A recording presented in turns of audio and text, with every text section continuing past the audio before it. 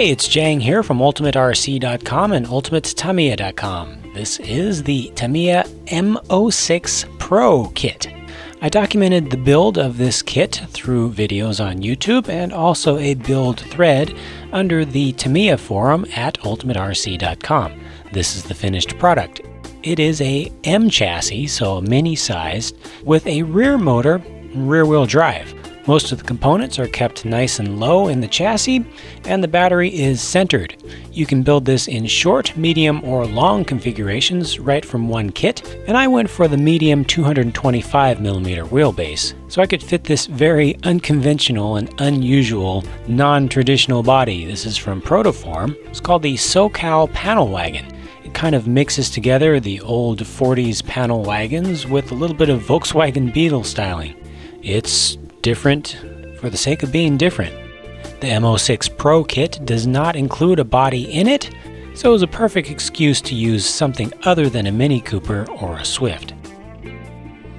When I first started driving the M06 Pro, I was immediately surprised by its handling characteristics.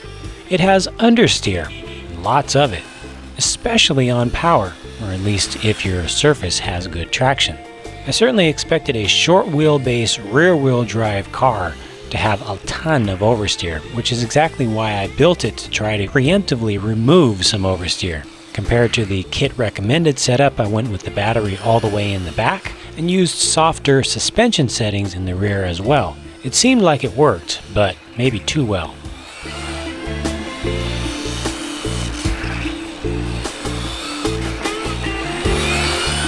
Wouldn't you know, 2 retunes later, stiffening up the rear springs to the stiffest ones that it came with, softening the front, moving the battery forward, even changing the steering geometry a little bit to try to get more steering throw out of it. It still pushed hard in turns. I tried to figure out the right amount of trail braking to get it to go a little bit neutral in turns, but it's really a fine line between braking just the right amount and locking up the rears. Even on a few occasions where I felt I got it just right, I still had to go much slower than I would have had to if I was driving something like an M03, which I've driven on this exact same track surface. The M06 does have extra soft tires in the rear and medium hard ones up front. However, it was scrubbing those front tires quite a lot. After just a few battery packs, I'd used up more than half of the front tread. I'm sure switching to soft fronts would give it more steering, but oh man, they would get eaten up so fast. Overall, the M06 Pro is definitely fun to drive, and it's an interesting challenge.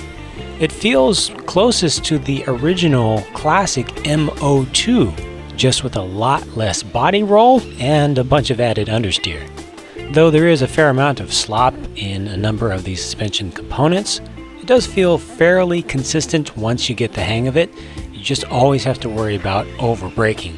If you want to run a rear-wheel drive body or a scale model of a rear-wheel drive car, and that body is only available in the M chassis size, the M06 is definitely the way to go, especially if you actually want to drive it. If you're looking to race in a M chassis class, stick with front-wheel drive.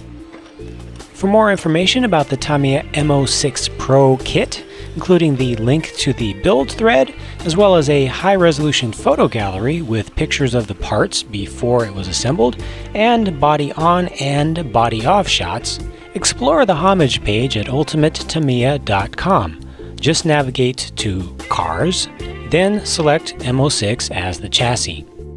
Thanks so much for watching, and I hope you'll join in with the community in the Tamiya section under the friendly forums at ultimaterc.com. See you next time.